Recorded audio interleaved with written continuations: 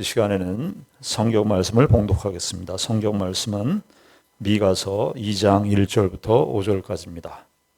그들이 침상에서 죄를 꾀하며 악을 꾸미고 날이 밝으면 그 손에 힘이 있으므로 그것을 행하는 자는 화 있을진저. 밭들을 탐하여 빼앗고 집들을 탐하여 차지하니 그들이 남자와 그의 집과 사람과 그의 산업을 강탈하도다. 그러므로 여호와의 말씀에 내가 이 족속에게 재앙을 계획하나니 너희의 목이 이에서 벗어나지 못할 것이요 또한 교만하게 다니지 못할 것이라. 이는 재앙의 때임이라 하셨느니라. 그때 너희를 조롱하는 시를 지으며 슬픈 노래를 불러 이르기를 우리가 온전히 망하게 되었도다. 그가 내 백성의 산업을 옮겨 내게서 떠나게 하시며 우리 밭을 나누어 패역자에게 주시는도다 하리니 그러므로 여호와의 회중에서 분깃에 줄을 댈 자가 너희 중에 하나도 없으리라. 우리는 이 주일날 거룩하고 복된 이 주일이죠. 너무나 감사한 날이고 하나님 우리에게 그의 백성들에게 은혜를 베푸시는 이 복된 날이 이 주일날인데 우리는 이 미가 선지자 지금으로부터 한 2700년 전 활동했었던 미가 선지자의 예언을 함께 살펴보고 있습니다. 모든 성경이 그렇듯이 모든 성경은 다 오늘 우리를 향한 하나님의 말씀입니다. 그 시대에 미가 선지자를 통해서 당시 그 시대의 이스라엘 백성들에게만 해당되는 교훈이 아니라 오늘을 사는 우리 모두에게도 적시라고 또 하나님의 백성들이 바로 살아야 되는데 어떻게 바로 살아야 되는가? 어떻게 사는 것이 신자로서 사는 일인가 하는 것을 보여주는 보여주는 내용이 다 성경에 기록되어 있는데 우리 미가 선지자의 예언을 통해서 한편으로는 굉장히 어두워요. 그림으로 얘기하면 짙은 흑암 같은 그림자가 이렇게 이스라엘에 지금 쫙 펼쳐져 있는 그런 어두운 풍의 내용이 이 미가서를 이렇게 감싸고 있어요. 선지서들이 대부분이 그 흐름이 그 선지서의 내용의 그 분위기가 다 그렇게 어둡고 침울하고 정말 언제 이 이스라엘이 백척간두의 위기 속에 놓여 있는 그런 시점에 대해서 그런 시점인데 선지자가 예언을 하는 선지자도 고로울 거예요. 그래서 우리가 이 선지서를 보면서 마음속에 큰 부담이 생기는 것이 사실입니다. 뭐라고 지적을 해야 돼요? 화 있을지죠. 오늘 본문에도 보면 2장 1절에 보면 화 있다 이런 표현이 나오잖아요. 그런 재앙을 선포하는 거예요. 자, 우리가 이런 내용들을 어떻게 생각해야 되는가?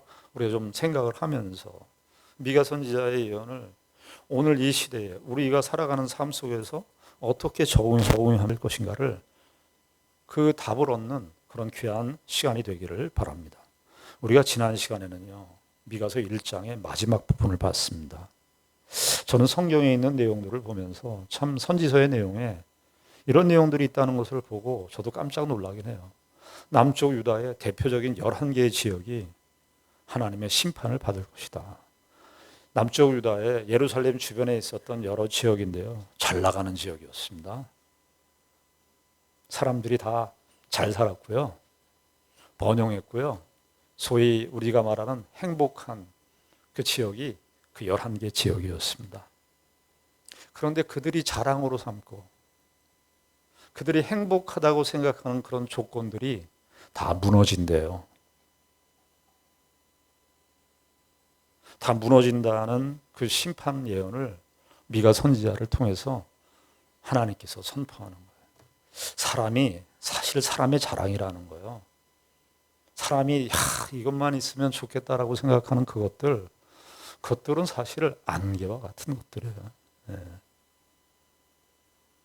여러분, 우리가 이런 내용은 사실은 미가 선지자에게만 해당되는 것이 아니라 아모스를 보게 되면 아모스는 이제 미가 선지자보다 조금 일찍 북쪽 이스라엘에서 예언했었던 선지자인데요.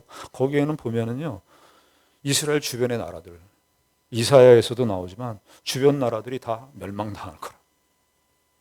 왜 그런 이야기들이 성경에 기록되어 있을까요? 하나님만이 온 세상의 주인이시다는 거예요. 이 유다의 이 11개 지역이 멸망한다. 이 정도뿐만이 아니라 아모스는 이 세상 전체, 그 당시 때 고대 근동 세계가 하나님의 심판 아래 놓여 있다는 사실을 얘기를 해줘요. 여러분, 인류가 말이죠. 창세기의 노아 홍수 시대의 상황을 보십니까? 그때 보게 되면은요, 노아 홍수 시대의 사람들이 그 노아 홍수를 피해서 이제 인류가 노아 홍수 시대를 지나고 그 홍수 심판을 피하기 위해서 바벨탑을 만들었어요. 그 바벨탑 만들 때 중요한 재료가 뭔지 아세요? 역청을 썼어요. 역청이라고 하는 것은 방수를 하기 위한 재료잖아요. 그 방수를 하기 위한 재료인데 그 이야기는 뭐예요? 인간들이 우리 노아 홍수 심판, 그때 하나님이 심판하신 거 우리 두려워하지 않아. 우리가 우리 삶을, 우리가 스스로 우리를 구원할 수 있어. 그래서 노아 홍수 심판이 와도 우리가 지켜낼 수 있어. 이것이 인류들이 갖고 있었던 생각이에요. 그 당시 때. 오늘날도 사실 기술 문명이 발전되면 우리를 속여요. 기술 문명이 막 첨단화되고 막 고도로 발전되고 그러면 인간의 지혜가 굉장히 발전되고 그러니까 인간의 삶에 인간이 스스로 구원을 이루어 갈 수 있다고 생각하는 그런 착각들과 그런 오해들이 보편의 인류 가운데 이렇게 다 들어와요. 그러나 그것은 악화의 양화를 구축하는 것입니다. 자, 그런데 우리가 미가 선지자를 예언을 보면서 이렇게 남쪽 유다의 대표적인 지역이 하나님의 심판 아래 놓여 있다는 사실을 이야기를 했어요. 그러면 무엇이 심판의 원인이 되었을까? 오늘 미가서 2장 이제부터는 이스라엘 백성들, 당시 유대 백성들, 이스라엘 백성, 북쪽 이스라엘이나 남쪽 유다나, 북쪽 이스라엘은 이미 멸망을 했고 남쪽 유다가 지금 아수르에 의해서 멸망당할 위기 속에 처해 있는데 왜 이런 심판을 보면서도 왜 이런 징계를 이스라엘 백성들은 당해야 했는가? 하나님이 무슨 마조키스트십니까? 때리면서 즐거움을 갖는 그런 분이십니까? 하나님 그러신 분이 아니죠. 하나님은요, 우리를 위해서요, 이 세상의 모든 만물을 창조하신 분이에요. 오늘도 우리에게 이 태양을, 이 햇빛을 주셔서, 물론 우린 뜨겁다고 불평도하고 원망하지만 햇빛과 비를 주셔서 우리의 삶을 가능케 하는, 가장 인간 삶에 있어서 가장 기초적인 삶이 가능케 하는 모든 수단들을 하나님께서 다 무료로 우리는 은혜로 이것을 주셨어요. 우리는 그것을 받아 누리고 사는 사람들입니다. 자, 그렇게 이스라엘 백성들이 하나님의 은혜를 이렇게 누리고 살아야 되는데 이들이 왜 이런 심판을 당하는가? 오늘 2장 1절에 보면 아주 중요한 단어가 나와요. 그 이유를 이야기하는데 뭐라고 되어 있죠? 그들이 침상에서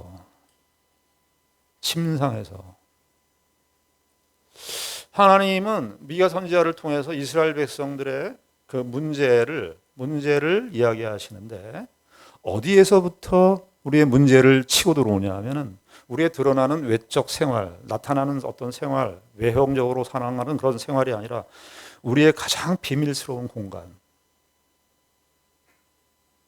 나 혼자만의 안식을 누릴 수 있는 최적의 장소인 침상에서.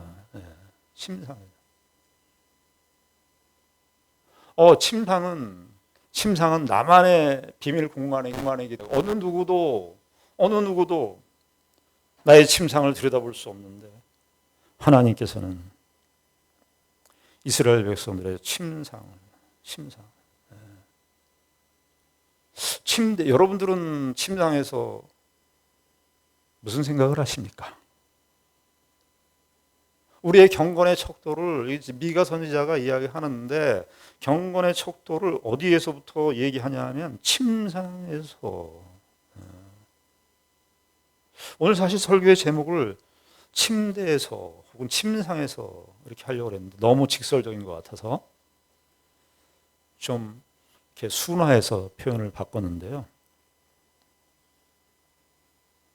여러분들은 어제 여러분들의 잠을 자는 그 마지막 그 잠을 주무시는 그 침상에서 무슨 생각을 하셨습니까?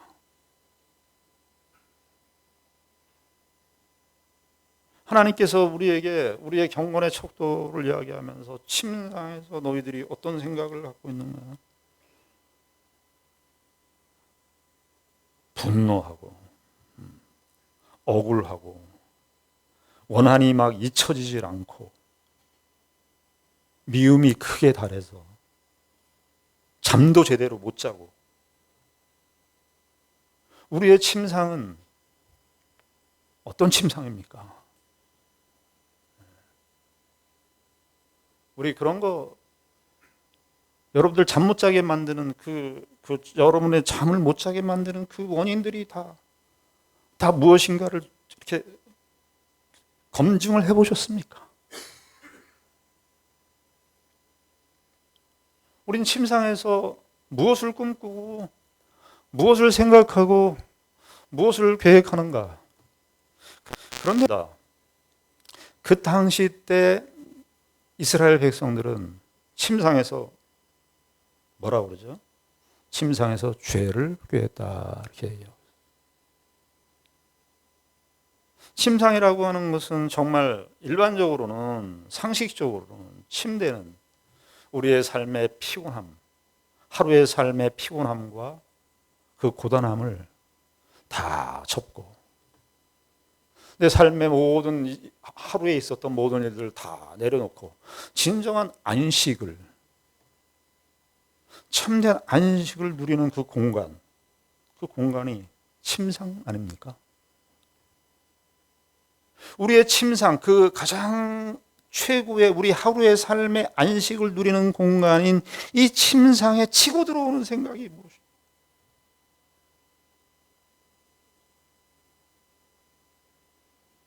저와 여러분들의 침상, 제가 여러분들의 침상을 가서 검사할 수는 없고 저 역시 제 침상에서 무슨 생각을 하나 이렇게 봤더니 내일 설교할 거, 뭐 그런 정도는 할 수 있죠. 여러분들이 침상에서 내일 직장에 나가서 무슨 일을 할 것인가 이런 것들은 할 수 있죠. 그런데 오늘 이 미가 선지자가 살던 그 시대의 이스라엘 백성들은 침상에서 죄를, 강조되어 있죠. 죄를 꾀하고 악을 꾸몄다는 거예요. 죄를 꾀하고 악을 꾸몄다. 이 얘기는 뭐냐 하면은 죄를 꾸미고 죄를 생각하고 죄를 꾀하고 악을 꾸몄다는 말은 뭐냐 하면 일종의 도상 훈련을 한 겁니다. 도상 훈련. 그러니까 어떤 시뮬레이션을 하는 거예요. 내가 죄를 꾀하고 악을 꾀하는데 그냥 그 죄와 악이 내 머릿속에서만 침상의 머릿속에서만 멈추는 것이 목에서만 그냥 스쳐 지나가는 게 아니라 내가 내일 나가면 이 일을 하고 말 거야. 그래서 자기가 할 그 일들을 미리 다 도상 훈련을 계속해서 해보는 거예요. 여러분들은 어떤 도상 훈련을 해보셨습니까? 내가 내일 나가서 저 사람만큼은 내가 가서 어제와 똑같이 나에게 그런 말을 했다면은 내가 가만히 안 있을 거야. 내가 반드시 그 말은 해줄 거야. 일종의 도상 훈련입니다. 도상 계획을 하고 있는 거예요. 침상이라고 하는 것은 사실은 하루의 삶을 마감하고 신앙적으로 얘기하면은 신자들의 삶에 침상이 가지는 역할이라고 하는 것은 우리가 잠을 자면서 하나님께 모든 걸 맡기는 거예요. 우리도 우리의 인생의 마지막 날에 마지막 잠을 잘 거예요. 마지막 잠. 신약 성경에 의하면 신자들의 죽음을 잠이라고 얘기하지 않습니까? 우리가 마지막 잠을 잘 때, 이 세상의 모든 것을 다 내려놓고 마지막 침대에서 우리의 잠을 청할 때 하나님께서 우리의 인생을 다 인도하셨다는 사실을 고백해야 될 거 아니겠어요? 자, 이렇게 시편, 이 미가 선지자 그 시대의 사람들이 이렇게 생각하고 침대에서 이렇게 악을 꾀고 죄를 꾸미고 악을 꾀하고 이런 일들이 있었던 반면에 이 침대와 관련된 성경의 표현 중에 시편 63편 6절에 보면 이런 표현도 있어요. 아주 반대되는 현상인데 이 다윗이 한 고백인데요. 내가 나의 침상에서 주를 기억하며 새벽에 주의 말씀을 작은 소리로 읊조릴 때에 하오리니. 다윗이 유대 광야에서 고난받고 힘들고 어려운 조건 속에 있었을 때 그는 그의 침상에서 내가 나의 침상에서 주를 기억하며 새벽에 주의 말씀을 작은 소리로 읊조렸다. 그러니까 잠을 잘 때 침상에서 주를 기억했고 일어나서 뭘 했다는 거예요? 주의 말씀을 읊조렸다. 좀 우리에게는 이 훈련이 필요합니다. 신앙생활은요, 저절로 되는 법이 없어요. 경건생활이라고 하는 것은 저절로 되어지는 법이 없어요. 내가 의식하고 내가 노력하고, 여러분 노력이라고 하는 것은 은혜의 반대말이 아닙니다. 우린 노력한다 그러면 은혜의 반대말이라고 생각하는 그 은연중에 그런 의식들이 특별히 장로교회 안에 있어요. 노력은 은혜의 반대말이 아닙니다. 은혜의 반대말은 공로지요. 은혜의 반대말은 공로지, 노력이 은혜의 반대말이 아닙니다. 참된 은혜를 누리는 사람들은 노력하는 사람이에요. 옛날에 만화에 보니까 노오력 이렇게 나와요. 노력하는. 여러분 이거 훈련하셔야 돼요. 다른 거 훈련하시니, 다른 거 훈련하는 게 아니라 여러분들의 침상에서 오늘 하루의 삶을 마감하면서 주를 기억하는 훈련을 하셔야 됩니다. 작년 일부에 성경 쓰기를 하고 있습니다. 쓰기를 하는 가장 큰 이유는 말씀을 가까이 하라는 것이었어요. 그래서 말씀을 쓸 때, 성경을 쓰실 때 오늘 이 본문의 표현에 의하자면 주무시기 전에 말씀을 쓰십시오. 주무시기 전에 그 말씀을 쓰시는 것이 우리의 침상에서 주를 기억하는 중요한 훈련 중에 하나입니다. 우리는요, 가만히 놔두면 우리 성향대로 가요. 자, 그런데 이 미가 선지자의 예언을 좀 더 들어보십시다. 무엇 때문에 이 사람들은 무엇을 계획하고 무엇을 꾸몄는가? 2절에 보게 되면 이렇게 되어 있습니다. 밭들을 탐하여 빼앗고 집들을 탐하여 차지하니 그들이 남자와 그의 집과 사람과 그의 산업을 강탈하더라. 아니 밤새 세워서 계획하는 일이 뭐였냐 하니까 도상훈련을 한 게 뭐냐 하니까 밭들을 탐하는 거예요. 이웃의 밭들을 탐하여 빼앗고 집들을 탐하여 차지한다는 거예요. 소위 남의 집에 있는 것을 탐냈다. 두 번 나와. 탐냈다. 탐하여 차지합니다. 탐냈다. 동시대에 살았던 그 이사야 선지자의 예언을 보면 이사야 5장 8절에 보게 되면 이렇게 돼 있어요. 가옥에 가옥을 더했다.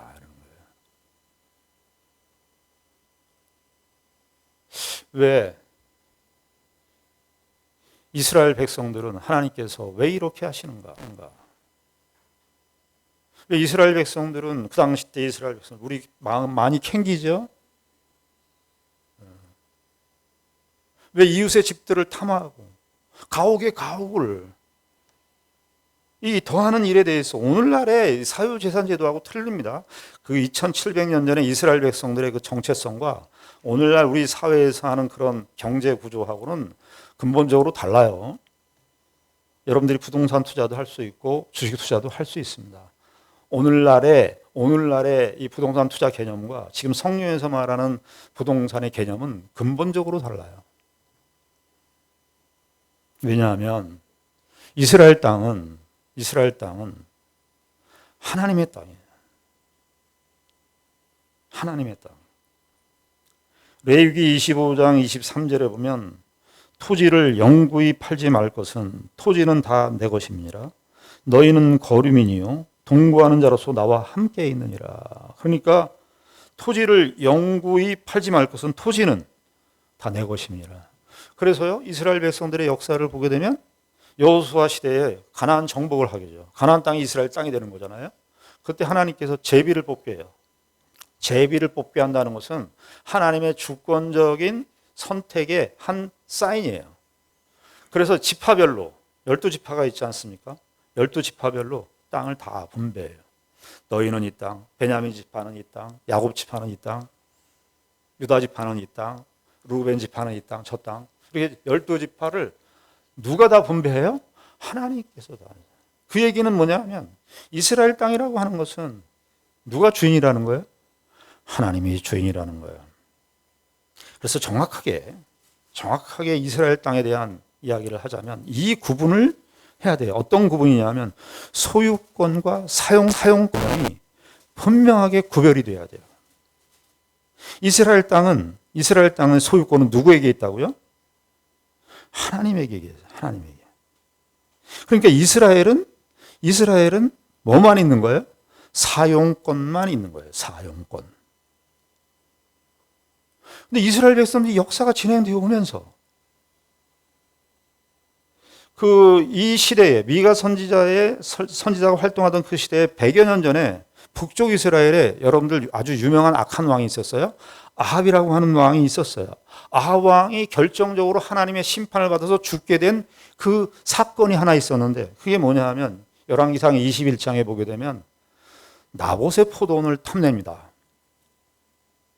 이 아합 왕이 나봇의 포도원을 탐을 냅니다.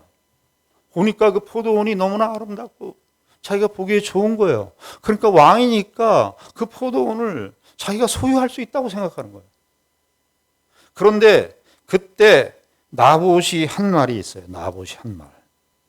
나봇이 이렇게 말합니다. 아합이 와서 왕의 권력을 가지고 야, 그 포도원을 나에게 넘겨. 내가 너에게 더 좋은 땅을 줄 거야.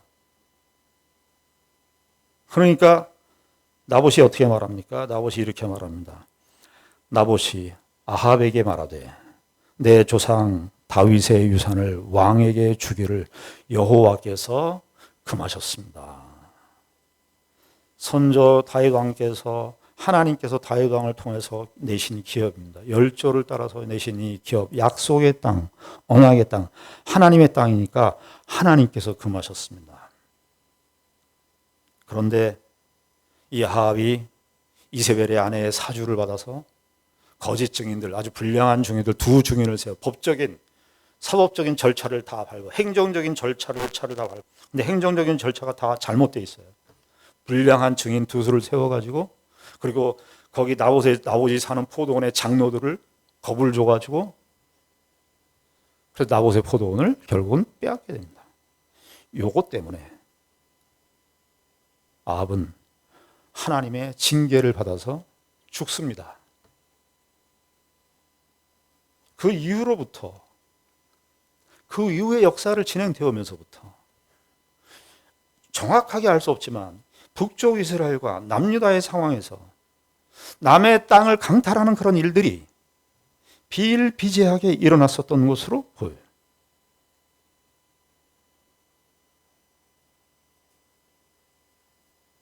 이것을 하나님께서 이스라엘 백성들의 죄의 실상이라고 지적하고 있는 것입니다. 자, 이러한 이스라엘 백성들에 대해서 이런 남쪽 유다의 백성들 전체를 다 총괄해서 이러한 이스라엘 백성들에 대해서 하나님 어떻게 하실까요? 그 땅은 하나님이 소유권인데 그래서 이스라엘 백성들 제도 중에 희년 제도가 있는 거예요. 희년 제도가 뭐냐 하면 이스라엘 백성들이 그 살다 보면 이제 여러 가지로 삶이 어려워지고 힘들어지면 자기 땅을 넘겨야 되는 상황들이 발생하는 거, 그거 인정해줘요. 그래서 어떤 사람이 또 땅을 갖고 있었는데 자기가 살기 힘들어서 그 땅을 팔아야 했어요. 근데 파는 것도 소유권을 넘기는 것이 아니라 사용권을 넘기는 거예요. 그래서 그 땅을 소유를 갖고 있었던 지주가 있었다면 그 지주는 어떻게 되냐면 50년이 되면은요, 땅을 다시 돌려줘야 돼요. 다시 돌려줘야 돼요. 신년이 되면.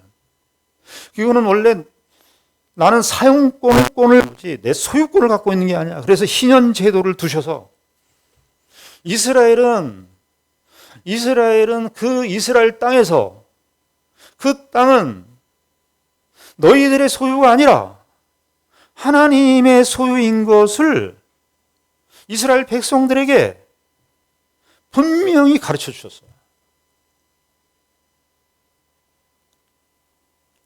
그런데 이렇게 이스라엘 백성들이 이 주전 700년 어간이 되니까 이런 것들이 다, 경계선들이 다 무너지는 거예요. 특별히 여기 2절에 탐낸다라는 말은 여러분 어떤 교훈이 생각이 납니까? 십계명에 보게 되면 십계명의 제일 마지막 계명이 뭔지 아세요? 10번째 계명이 뭡니까? 내 이웃의 집을 탐내지 말라. 거기 2번 나오죠. 내 이웃의 집을 탐내지 말라. 내 이웃의 아내나 그의 남종이나 그의 여종이나 그의 소나 그의 낙이나 물은 내 이웃의 소유를 탐내지 말라. 지금 이스라엘 백성들이 십계명의 마지막 계명, 사실은 마지막 계명 하나만 위배된 게 아니라 마지막 계명이라고 하는 것은 다 유기적이기 때문에 하나를 어기면 전체를 어긴 거예요. 그런 이스라엘 백성들의 율법이 무너진 사회에 하나님이 너희들 잘하고 있다. 그러면 하나님이십니까? 너희들 다 잘하고 있어. 그래, 가옥에 가옥을 지어 남의 집을 강탈해서 네 거 소유로 삼아. 그래, 잘하고 있어. 하나님이 수수방관하시는 하나님이라면 하나님 맞냐고요.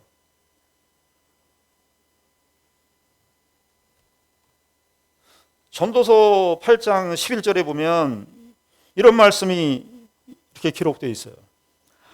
악일에 관한 징벌이 속히 실행되지 아니하므로 인생들이 악을 행하는데 마음이 담대하도다. 이렇게 살아가고 있는데 브레이크를 한 거를. 담대해지는 거예요, 악이 점점. 남쪽 유다가 멸망하기 전까지 이 죄악이 차고 넘치는 거예요. 아니, 제가 지난 수요일 날 새벽 예배 때 내려오는데 저기 집수정이 있는데 집수정에 펌프가 고장이 나가지고요. 물이 여기 본당에 가득 찬 건 아니고, 그 과장된 거고, 발목까지 물이 찼더라고요. 여기 이렇게 딱 해가지고 물이 다 찬 거죠. 새벽 기도 아니었으면은요, 새벽 기도가 중요해요. 새벽 기도 아니었으면 내려올 일이 없는데, 아마 물이 차서 계속 넘쳤으면 저기 뒤에 그 음향실인데, 음향실에 분전반이 있거든요. 거기에 이제 분전반인데 거기까지 물이 찼으면 합선이 일어나고 정말 불이 났을 뻔했어요. 근데 만약에 그렇게 물이 찼는데 가만히 놔둬요. 물이 찼는데 계속 차라. 그렇게 할 수 없잖아요. 물을 빼고 물을 퍼 날라야죠. 적어도 사람이 살아가면서 그런 일들을 볼 때 적절한 처치를 하게 마련인데, 당시 이스라엘 백성들의 삶이 욕심을 더하는 삶으로 계속해서 끝간데 없이 흘러가는데 하나님이 가만히 계신다고요? 하나님이 아니시죠, 그러면. 그래서 3절에 보시면 어떤 면에서 이게 이에는 이, 눈에는 눈 같은 그런 말이에요. 너희들 그렇게 계획했냐? 침상에서 그런 계획을 하고 그런 도상훈련을 3절에 보면 이렇게 되어 있어요. 그러므로 여호와의 말씀에, 이 그러므로라는 말이 중요해요. 그러므로 여호와의 말씀에 내가 이 족속의 재앙을 계획하나니. 1절에도 그들이 침상에서 죄를 꾀했다라는 말이 우리는 여기선 한글 성경 번역을 달리했는데 히브리 단어는 같아요. 계획하나니, 죄를 꾀하니, 이 하샤브라고 하는 동사를 썼는데, 너희들이 그렇게 죄를 꾀하니, 그러면 나도 너희들에게 재앙을 내릴 계획을 세워. 이 족속 위에 재앙을 계획하노니 너희의 목이 이에서 벗어나지 못할 것이에요. 목이 벗어나지 못하는 건 너희의 생명이 온전하지 못할 것이라는 거예요. 또한 교만하게 다니지 못할 것이라는 거예요. 너희들이 가옥에 가옥을 세우고 남의 집들을 뺏고 하는 것으로 너희들이 괜찮은 척 잘난 척 하는 그런 것을 교만하게 다니지 못할게 하죠. 14절에 보면 그때 너희를 조롱하는 시를 지으며 슬픈 노래를 불러 이르기를 우리가 온전히 망하게 되었도다. 온전히 망하게 되었도다. 그가 내 백성의 산업을 옮겨 내게서 떠나게 하시며 우리 밭을 나누어 폐역자에게 주는도다. 이 말은 실제적으로 이제 아수르 요 당시 때는 아수르가 고대 패권을 쥐고 있었을 때예요. 실제로 남쪽 유다는 누구에게 망하냐 하면 아수르가 신흥 강국으로 부상한 신바벨론에 의해서 아수르가 멸망을 당해서 주전 586년에 바벨론에게 멸망을, 바벨론이 아수르가 됐든 상관없어요. 이스라엘은 멸망해요. 그들이 가지고 누렸던 그런 모든 땅들이,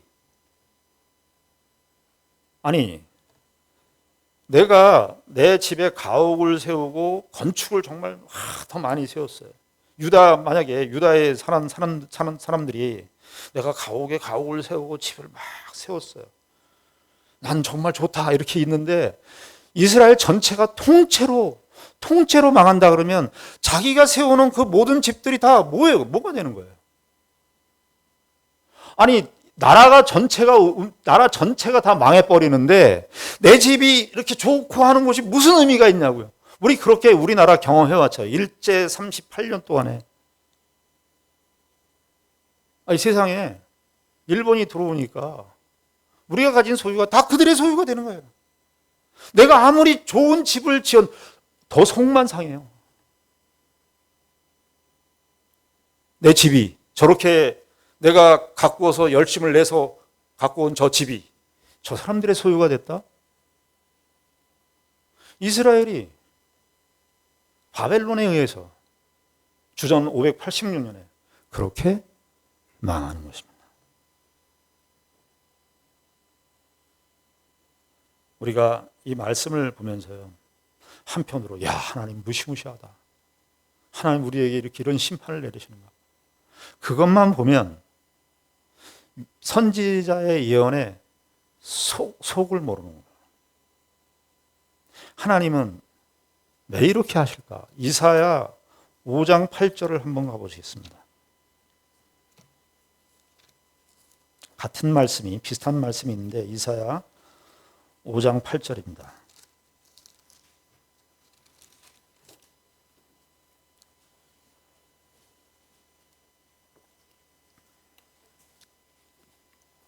이사야 5장 8절에 보면 가옥에 가옥을 이으며 전토에 전토를 더하여 빈틈이 없도록 하고. 미가 선지자의 예언과 같죠? 표현만 다를 뿐. 가옥에 가옥을 이으며 전토에 전토를 더하며 빈틈이 없도록 하고, 그 다음 말, 이 땅 가운데서 홀로 거주하려 하는 자들은 화 있을진저에. 하나님은 왜 이렇게 그냥 이스라엘 백성들의 어떤 부동산 문제를 건드는 게 아니에요. 표면적으로는 부동산 문제를 하나님께서 거론하시는 거지만 그건 결과고, 여기 5장 8절에 나와 있는 그 말씀의 뒤에 나와 있는 표현, 하반절에 나와 있는 표현, 너희들 왜 이 땅 가운데서 너희들이 인생의 주인인 것처럼 사냐. 우리가 이스라엘 사회나 지금 우리 시대나 부동산 제도는 틀리다고 말씀드렸습니다. 우리는 사유재산권을 다 인정하고 사유소유권을 다 인정을 합니다. 그러나 원리는 같습니다. 여러분, 우리의 인생에 주인이, 이 세상에 있는 것들이 우리의 주인이 되면 되겠습니까? 너희들 왜 하나님이 우리의 인생의 주인인 것을 왜 놓치고 사냐? 너희들의 삶의 주인이 도대체 누구냐? 하나님이 안타까워하시는 거예요. 사실은 하나님이요, 이스라엘 백성들을요, 우리가 선지서를 보게 되면, 야, 하나님 우리한테 망하라고 그러는 거네? 이건 1차적인 의미고, 그게 아니고 이 생각을 하셔야 돼요. 하나님이 정말 이스라엘을 망하겠다면 그냥 내버려 두시면 됩니다. 너희들 그렇게 욕심부리고 살다가 가. 하나님이 만약에 그렇게 정말 망하게 하신다면 하나님이 그렇게 이렇게 선지자들을 보내서 주전 7세기, 8세기 때 얼마나 또 많은 선지자들을 보냈어요. 선지자들을 보내서 그렇게 이야기할 이유가 없습니다. 왜 그러세요? 하나님, 이스라엘 백성들을 놓을 수가 없어서 그래요. 놓을 수가 없어서. 하나님은 놓을 수가 없어요. 그 악으로 가는 길을 하나님 두고 보실 수가 없는 거예요. 이렇게 가만히 놔두면 낭떠러지로 가는데 그걸 낭떠러지로 가게 놔둘 수가 없는 겁니다. 하나님께서 그래서 선지서의 기능은 우리에게 한편으로는 하나님께서 우리를 이렇게까지 사랑하시나? 나는 하나님께서 우리를 포기하시지 않는가? 결국은 우리가 신약시대를 생각해 보면 하나님께서 누구까지 보내시는 거예요? 그리스도까지 보내십니다. 하나님께서 우리에게 선지서의 한 면만 보면, 아, 하나님은 우리의 이런 모든 죄악들을 지적하시고 심판하시고 징계하시는 하나님, 그런 무시무시한 하나님, 그런 정도만 있는 것이 아니라 그 이면에는 하나님 우리를 향한 사랑이, 우리가 자식이 잘못되면 부모로서는 가장 마음이 아프죠. 그럼 부모가 자식을 때리죠. 자식을 때리면서, 그러면 자식을 때리면 부모는 사랑 안 하는 겁니까? 자식을? 사랑하는 것이. 부모는 자식을 때리면서 울지요. 자기 속으로 울지요. 하나님, 우리가 지난 미가서 1장에 제일 심판 선언을 하고 난 다음에 미가 선지자가 어떻게 했다 그랬어요? 들깨같이 타조같이 소리를 내면서 운다고 그러잖아요. 하나님의 심정을 대변하는 거예요. 여러분들에게 뭐라고 우리 이스라엘 백성하고 너희들 나쁜 놈 이렇게 징계하는 것이 아니라 너희들 제발 나 좀 알아줘. 내가 너희들과 어떤 관계에 있는지를 너희들 좀 알아라. 하나님이 내가 너희에게 어떤 존재인 줄 알아. 하나님이 우리의 인생에 이렇게 찾아오시고 은혜를 베푸시는 하나님이구나. 여러분들 포기하시지 않을 겁니다. 여러분들 하나님의 사람이 되어 갈 때까지 저와 여러분들의 삶 속에서 하나님께서 섭리의 끈을 놓지 않으실 겁니다. 아니, 이제 최근에 이런 얘기를 들었어요. 요즘에 주가가 많이 뛰잖아요. 직장인들 사이에서 이런 말이 있더라고요. 하이닉스 반도체를 주식 투자를 했더니 2억을 벌었다. 일주일 만에 2억을 벌었다. 요 말을 주변에 있는 동료들에게 하면 전치 4주의 상해를 입히는 것과 같다. 이런 말이에요. 일주일 만에 하이닉스 주가가 2억이 뛰어가지고 난 2억 뛰었어. 이 얘기를 하면 동료들에게 전치 4주의 상처를 입히는 것과 같은 말이라는 거예요. 여러분들 어떻게 생각하십니까? 신자들은 어떻게 이 말을 이해하고 받아들이고 적용해야 될까요? 1차적으로는 그 말을 안 해야죠. 신자로서. 왜냐하면 저 사람이 상처를 받을 수 있으니까 하지 말아야죠. 안 해야 되지만 안 해야 되는 것만 다가 아니죠. 내가 그 말을 들었어요. 내가 그 말을 들은 사람 쪽에서는 듣는 사람이 신자면 어떻게 반응해야 될까요? 전치 4주의 상처를 입어서 야, 너 그런 말 하지 마. 그렇게 반응해야 될까요? 어떻게 되는 게 맞습니까? 여러분 고민하십시오. 이건 정답이 없는 거예요. 저는 하나 생각하는 건 이겁니다. 야, 좋겠다. 내가 그 말을 들으면 난 좋겠다 그럴 것 같아. 야, 잘 됐다. 좋겠다. 그 다음에 뭐라 그래요? 밥 사. 밥 사. 야, 좋겠다. 야, 그 말 하지 마. 나 전치 4주 상처 입었어. 이 얘기는 뭐냐면 나도 그거 바라는 거예요. 나도 그 일이 있으면 나도 그렇게 할 거라는 거예요. 아니요. 신자는 여기서 달라야 돼, 여기서. 누가 부동산 올랐어. 야, 좋겠다. 좋겠다.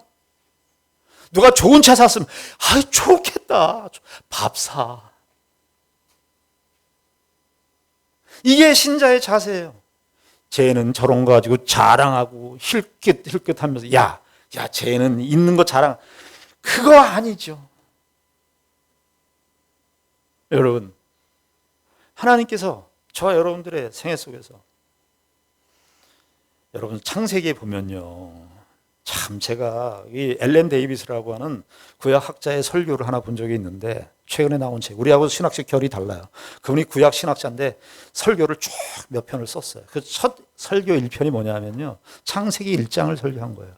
창세기 1장에 우리는 하나님이 우리의 형상을 따라 인간을 만든 이야기, 창세기 1장 27절 28절 거기에서 멈춰 있대요. 이 사람이 도전하는 게.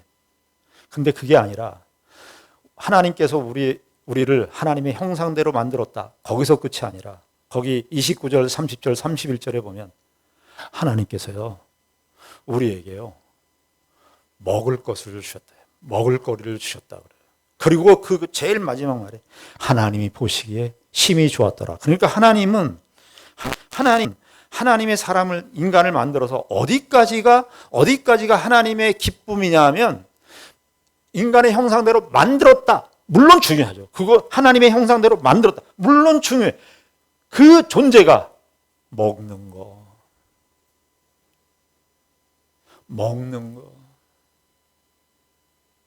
내가 그걸 보고 내가 심히 좋다는 거예요. 여러분들 왜 부모님들이, 우리 옛날에 그랬잖아요. 밥 못 먹을 때, 밥을 풍성하게 못 먹을 때, 자녀가 집에 회사에 퇴근해서 들어오면 어머님이 밥을 해주시잖아요. 어머니는 밥도 안 드셔. 밥도 안 드시면서 자식이 와서 밥을 먹는 거 보면 이거 더 먹어라, 이거 더 먹어라, 이것도 먹어라, 저것도 먹어라. 그걸 보면서 흡족해 하시는 거예요. 하나님이 말이죠, 저 여러분들의 인생 속에 그 은혜를 누리시게 하셨어요. 신자의 삶이라고 하는 것은 같이 나누고 같이 섬기고 하나님께서 우리에게 이 축복을 누리시라고 하는 것입니다. 우리 인생의 주인이 누구냐? 하나님이시다.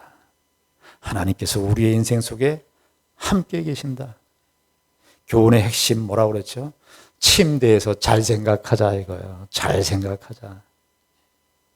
원한 생각하지 마시고 나쁜 마음 생각하지 마시고, 하나님께서 나에게 베풀어 주신 은혜가 뭐냐? 오늘을 만족하는 거죠. 내가 오늘 밥을 먹고 살았으면 그거 하나님이 기뻐하신대. 그러면 된 거예요.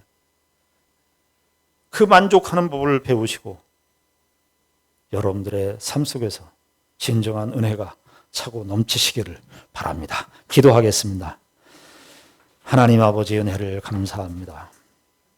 하나님께서 이스라엘 백성들에게 찾아오셔서 하시는 이 말씀은 이스라엘 백성들의 죄를 지적하는 것으로 끝나는 것이 아니라 내가 너희들에게 어떠한 존재인 줄을 기억하라고, 잊지 말라고, 그것을 하나님께서 선지자를 통해서 말씀하시는 교훈입니다. 아버지 하나님, 우리로 세상을 향하여 한눈 팔지 않게 하시고 하나님께서 지금 우리에게 주신 축복들을 만족하면서 사는 법을 배우게 하여 주시옵소서. 하나님께서 우리의 인생에 넉넉하게 인도하신다는 사실을 잊지 말고 우리의 삶 속에서 그리스도 안에서 진정한 만족을 누리며 사는 우리의 삶이 될 수 있도록 인도하여 주시옵소서. 예수님 이름으로 기도드리옵나이다. 아멘.